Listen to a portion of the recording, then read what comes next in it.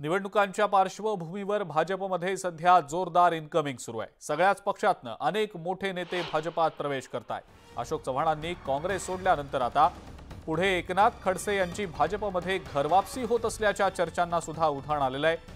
मंत्री गिरीश महाजन यांनी खडसेंचे भाजपमध्ये येण्याचे प्रयत्न सुरू असल्याचा एक मोठा दावा केल्यानं एकच खळबळ उडालेली आहे। दिल्लीमध्ये त्यांच्या जोर बैठका सुरू आहेत।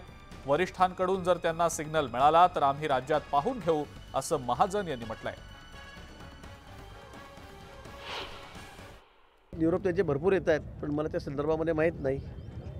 आले तर तुम्ही स्वागत करणार का त्यांचे फार प्रयत्न चाललेले आहेत, अगदी जोर लावून, असं मला कळतं आहे। दिल्लीकडूनही कळालं, मला राज्याकडूनही कळतं आहे, पण मला या बाबतीमध्ये अजून काही विचारणा झालेली नाही आणि मला वाटतं तसं काही कुठे प्रयोजन मला अजून तरी दिसत नाही। आता जर मला विचारायचं म्हटलं तर मला अजून कोणी विचारलेलं नाही त्यांना काय घ्यायचं नाही घ्यायचं। पण मी छोटा कार्यकर्ता आहे, वरतून जर त्यांची काही लाईन असेल, हॉटलाईन, तर त्यांनी लावावी, चांगलं आहे।